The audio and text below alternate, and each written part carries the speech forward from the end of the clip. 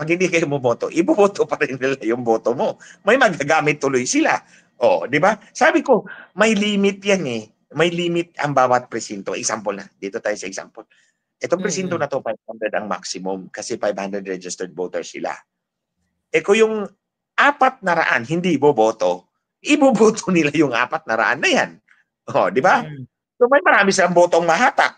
Pero pag bumoto ang lahat ng 500, saan sila kukuha ng pandagdag? Hindi sila pwede magdagdag abang 500. Mahuhuli sila eh.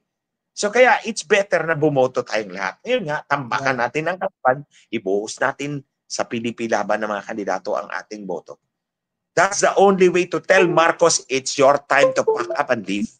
Kasi pag natalo yung mga kandidato ni Marcos, he will lose political power.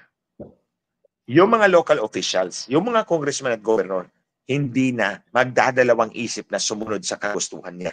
Kasi makikita nila na hindi mo na panalo yung mga kandidato mo.